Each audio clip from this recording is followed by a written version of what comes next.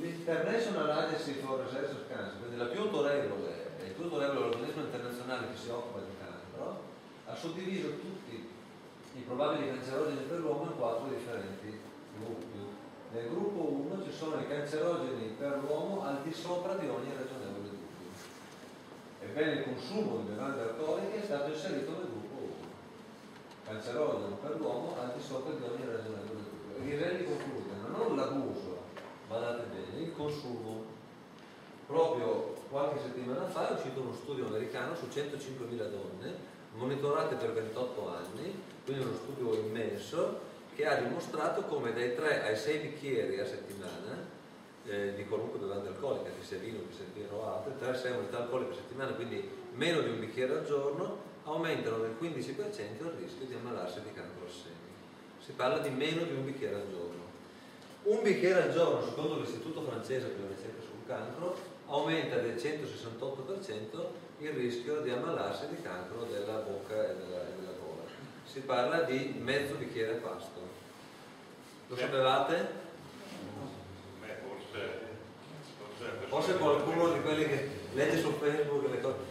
Gran parte, quando noi giriamo, la gente cade davvero, cade dalla vita. Era una, per esempio, delle informazioni che dava, quando ero in vita, una persona che io ho conosciuto, che è stato il mio professore di fisiologia all'università, che era il professor Di Bella, il quale era astemio, non beveva, e al primo approccio col paziente che aveva un tumore diceva di sospendere assolutamente l'assunzione di alcolici. Un'altra informazione è che 3 bicchieri a settimana, quindi si parla di mezzo bicchiere, meno di mezzo bicchiere al giorno, aumentano del 30% il rischio di recidiva in chi già ha avuto un tumore al seno.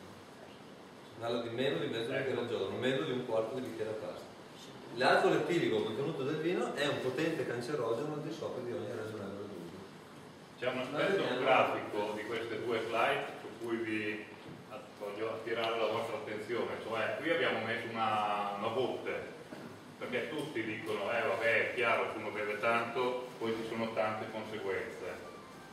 Questa è un'idea ed è un'immagine un po' da cambiare, da sostituire col bicchiere.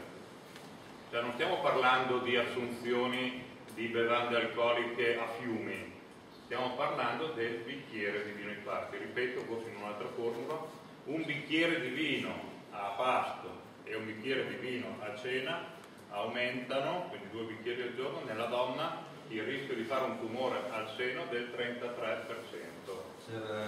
È una botta. Che voleva dire una cosa. È una botta. È un paralitico.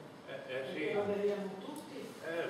Non è Aspetti, stiamo parlando di rischio però, allora, non è che aumenta il rischio. Necessita una spiegazione, perché non vuol dire che chi beve un bicchiere di vino al giorno 1 su 3 si ammala. No. Significa che aumenta del 33% il rischio di ammalarsi. Significa che se una donna di suo ha il 10% di possibilità di ammalarsi di cancro al seno nel corso della sua vita, se beve un bicchiere di vino passa al 13,3%.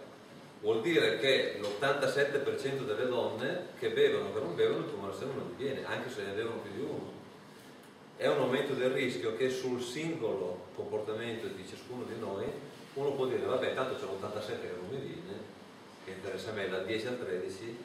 In realtà questo significa che sui grandi numeri l'Organizzazione Mondiale della Sanità dice sempre necessita un approccio di popolazione su tutti, perché sui grandi numeri vuol dire che sono migliaia le donne che in Italia si ammalano esattamente per quel bicchiere lì. E quindi quando si fa informazione bisogna dirlo. Cioè dobbiamo stare